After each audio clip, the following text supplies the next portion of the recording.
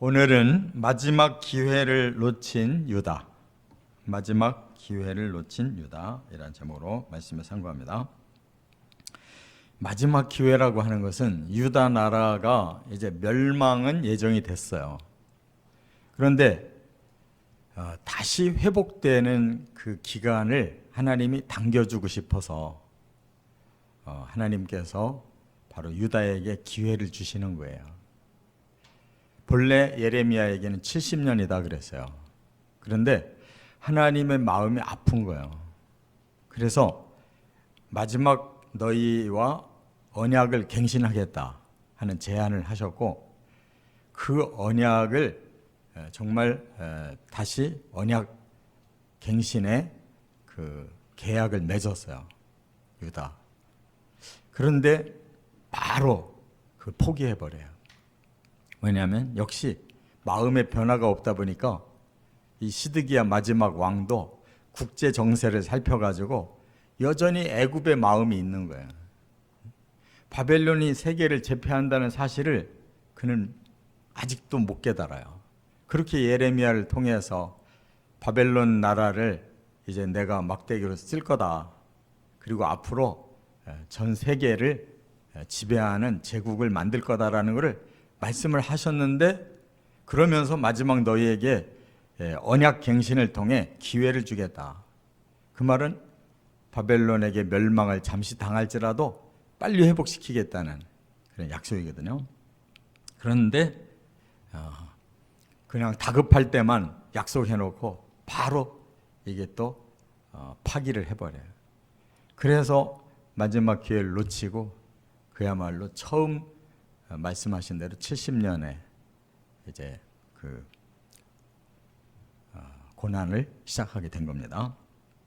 그래서 이제 오늘은 27장, 28장 그리고 34장 이것이 연결되어 있어요, 연대기 성경이. 그래서 27장, 28장의 사건을 통해서 하나님이 마지막 경고를 주시고 34장에서 그들이 잠시 돌아와서 언약 갱신을 해놓고서는 바로 파기하니까 이제는 끝이다 해서 지금 우리가 읽은 본문이 이제 내가 전 세계로 너희들 흩을 거야. 70년만이 아니라 이제는 그 후까지 내다보고 말씀하는 거예요. 로마 시대에 전 세계로 흩어졌잖아요. 1878년 동안 그들이 세계에서 흩어져 있었어요. 요 오늘 읽은 본문대로. 그러니까 무서운 거예요.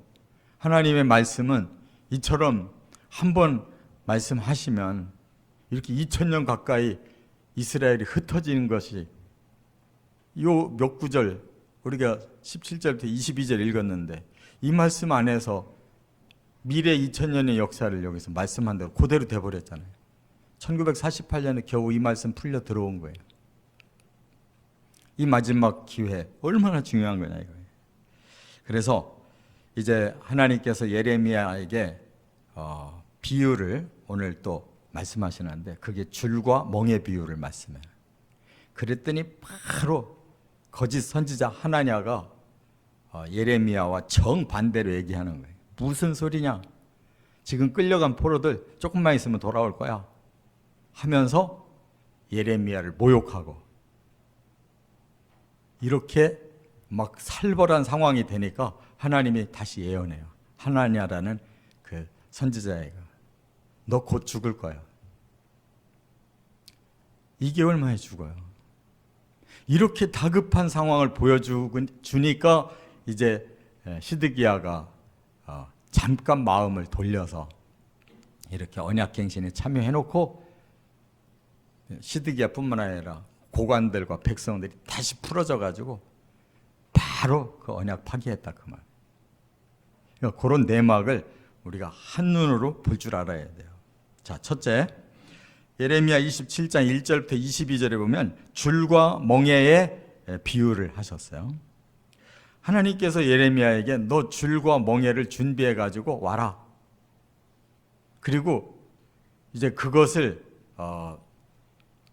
벗어서 걸어줘라. 그리고 설명해 줘라 그랬어요. 이게 뭘 말하느냐? 줄이라는 건 오랏줄을 말하는 거예요. 사람을 포로로 잡으면 오랏줄. 멍에라는 거는 이 소나 짐승을 이렇게 끌고 가듯이 전부 여기다가 사람들한테 멍에를 지워서 줄줄이 포로로 끌고 가는 걸 말하는 거예요. 내가 너희에게 이렇게 하리라 하고 예레미야에게 퍼포먼스를 하게 하는 거예요. 오랏줄과 이 멍에를 준비해가지고 가져와서 걸어주면서 이렇게 퍼포먼스를 하라는 거예요. 왜? 너무나 타락해서 이제는 하나님이 이스라엘만이 아니라 저 이방 나라들까지 전부 이렇게 줄과 멍에로 끌고 가겠다는 거예요. 이걸 누구한테 붙였느냐? 바벨론에게 붙였대요.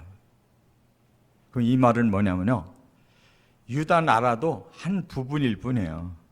하나님 눈으로 세계를 보니까 이 세계가 다 타락한 거예요. 그 시대의 세계가. 그래서 바벨론이라고 하는 한 제국을 세워가지고 그 바벨론이 유다 나라뿐만 아니라 여러 그 지역의 나라들을 다 이렇게 오랏줄로 묶고 또 멍에를 매서 바벨론으로 다 끌고 갈 거라는 거예요. 그 사실상 유다만 끌려간 게 아니고 그 시대에 여러 나라들이 다 바벨론으로 끌려가서 다 군데군데 포로 생활을 한 거예요. 이렇게 말씀을 하시면서 12절부터 15절에 드디어 너희 유다까지도 그대로 이렇게 할 거야 라고 말씀한 거예요. 그러면서 왜 이렇게 해야 되느냐? 선민 유다에게 가르쳐주신 말씀이 뭐냐? 내가 공의의 사랑을 너희에게 주기 위해서다, 이렇게 말씀해요. 그러니까 때려서 바르게 만들겠다는 거예요. 때려서 바르게. 근데 선민은 다른 나라와 다르게 나중에 다시 풀어서 데리고 오겠다 그런 거예요. 그게 70년의 훈련 기간이에요. 회개 기간이에요. 속죄 기간이고. 그게 마지막 다니엘을 통해 7년 대환란으로 종말에 선민을 다시 그렇게 구원하겠대요. 이스라엘이 지금 정신 못 차리고 저렇게 유괴 이스라엘로만 번성하려고 하는데 메시아를 버린 그 죄값으로 근 2000년 가까이 이렇게 고난을 당했는데도 아직 예수 앞에 돌아오는 자가 너무 적어. 아주 소수의 이스라엘 사람들이 예수 앞에 돌아오는 그들이 메시아닉 주라는 거예요.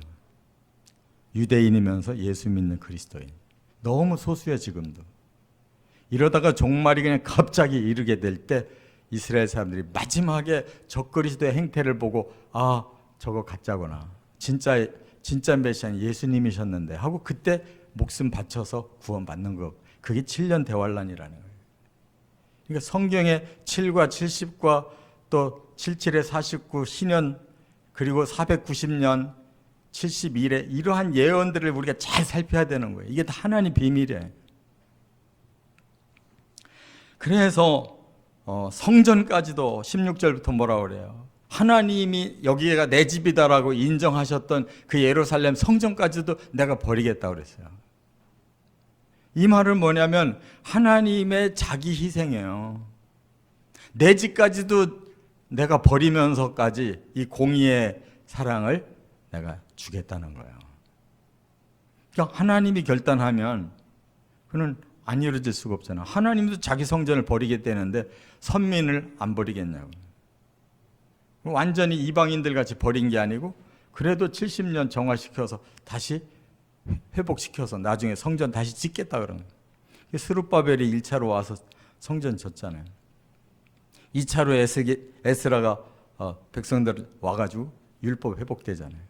3차로 느헤미야가 또 백성들 데리고 와서 예루살렘 성벽 짓고 다시 예루살렘 성이 회복되잖아요. 하나님은 치밀하신 분이에요. 그 기간이 70년부터 200여 년까지. 깨달으시 바랍니다. 우리처럼 뭐 며칠, 몇 년 쳐다보는 게 아니에요. 하나님은 몇백 년, 몇천 년 쳐다보시는 하나님이에요.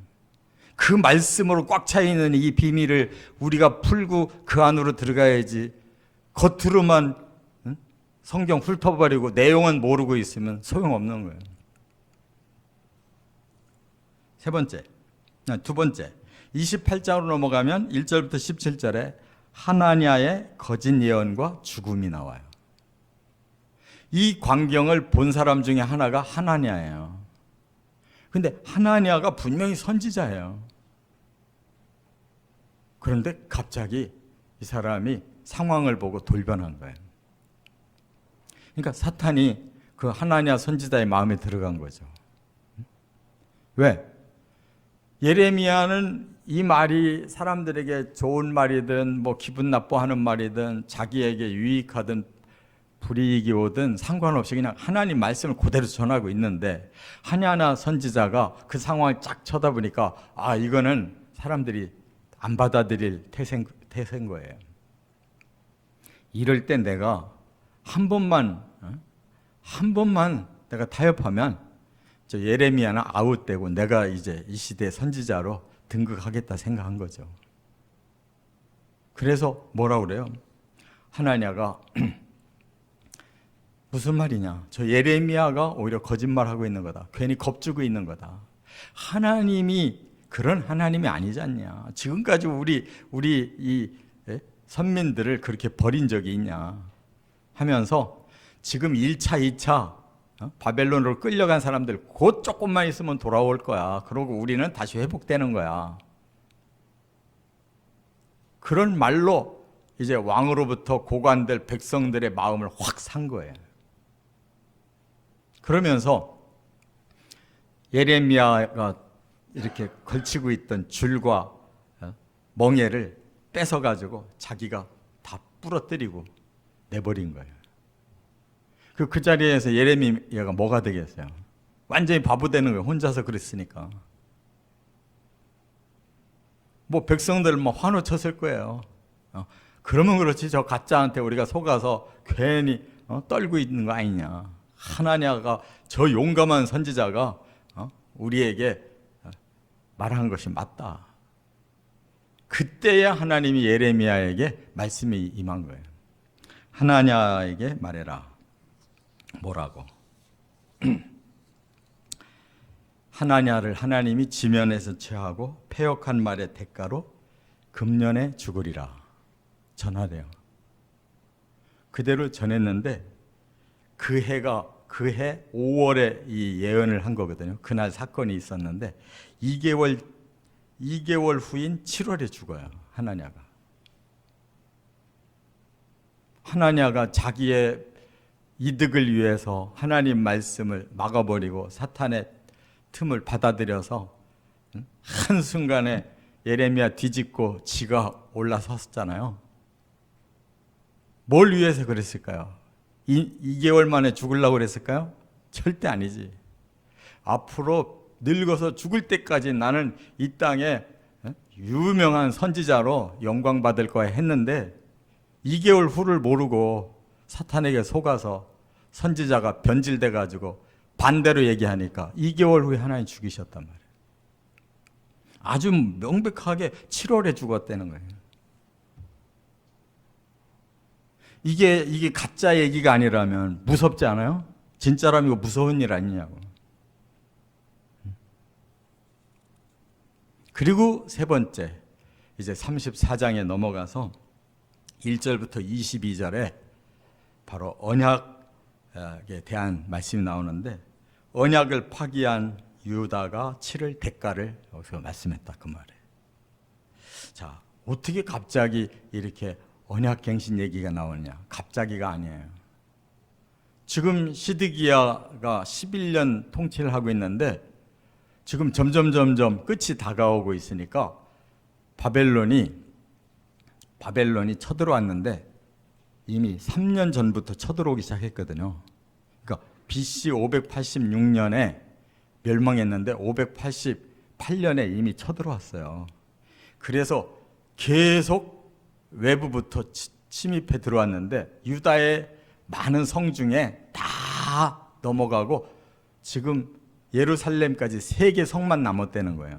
여기 34장 읽어보면 중요한 성 2개를 포함해서 예루살렘 성 3개만 남아있는 거예요. 그럼 망한 거잖아요 사실상. 저 남쪽에서부터 쳐들어와서 부산, 대구 찍고, 광주 찍고, 전주 찍고, 충청도 찍고, 지금 경기도만 남았단 말이에요. 서울하고. 그런데 하나님께서 기회를 주신 거예요. 내가 너희에게 언약을 다시 갱신하겠다. 하겠냐? 그러니까 백성들, 고관들, 왕까지 다 하겠습니다. 왜? 곧 죽을 것 같으니까. 그래서 하나님이 요구하신 게 뭐냐? 딴 게 아니었어요. 신명기에 보면 이런 말씀이 있어요. 그 15장에 12절부터 18절에 너희 동족 종에 대한 규례라고 주신 게 있어요. 같은 이스라엘 사람끼리 살다 보면은 망한 사람이 있잖아요. 그 사람 할 수 없이 종이 된단 말이에요. 그러면 규정이 딱 돼 있어요. 신명기 15장 12절부터 18절에 이방이라면 몰라도 너희 같은 동족끼리는 아무리 길어야 7년이면 자유를 줘야 된다. 7년 기간으로 종은 끝이라는 거예요. 자동 자유가 되는 거예요. 풀려나는 거예요. 그 규정을 너희들 지금이라도 지키겠냐? 그 말은 뭐예요? 하나님이 너희 같은 흉악한 죄인도 지금 풀어주려고 그러는데 너희 동족 자신들이 실패해서 종이 된 자들 그 동족을 7년 만에 풀어줄 수 있다면 나는 너희 범죄를 다 용서하고 풀어줄 거야. 이 말이에요. 우리가 주기도문에 뭐라 그래요? 우리가 우리에게 잘못한 사람을 뭐 한 것처럼 용서한 것처럼 하나님 우리 죄를 용서해 주십시오. 지금 그거 얘기하고 있는 거예요. 내가 너희들을 용서할 수가 없는 짓을 너희들이 벌였는데 지금 이 막판에 내가 하나만 시험해 보겠다.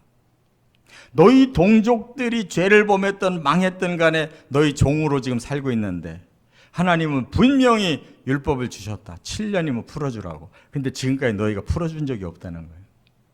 인간적인 욕심으로 동족이고 뭐고 자기들 생각대로 사는 거예요.